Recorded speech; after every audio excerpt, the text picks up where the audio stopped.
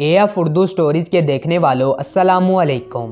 अगर अभी तक आपने हमारे चैनल को सब्सक्राइब नहीं किया तो ज़रूर सब्सक्राइब कर लें ताकि आने वाली वीडियोस आप तक पहुंच सकें।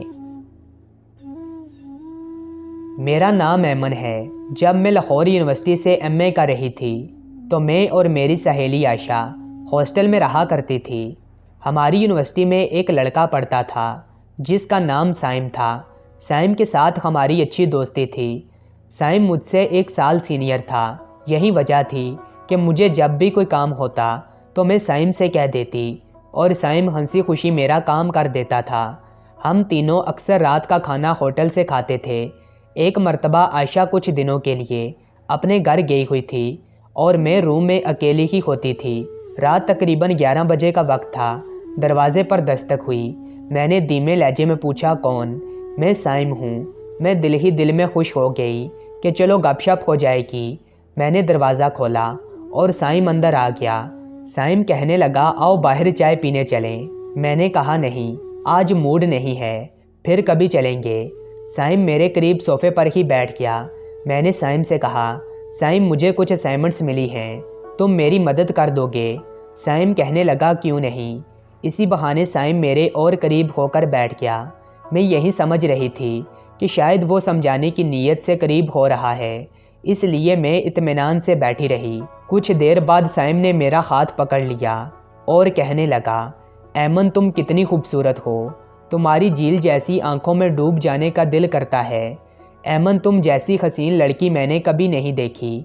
मैं ज़रा हिचकिचाते हुए पीछे हटी, मगर साइम ने मेरा हाथ मजबूती से पकड़ लिया। मैंने साइम से कहा, रात काफ़ी हो चुकी है, अब सुबह मुलाकात होगी।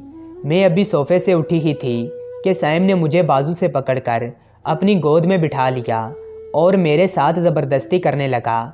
मैं गुस्से से बोली, साइम ये तुम गलत कर रहे हो, मैं तुम्हें अपना अच्छा दोस्त समझती हूँ। साइम कहने लगा, ऐमन मैं तुमसे बहुत प्यार करता हूँ, प्लीज़ आज इनकार ना करना। फिर साइम ने मुझे सोफ़े पर लिटा लिया और कहने लगा, ऐमन आज सिर्फ तुम मेरी हो।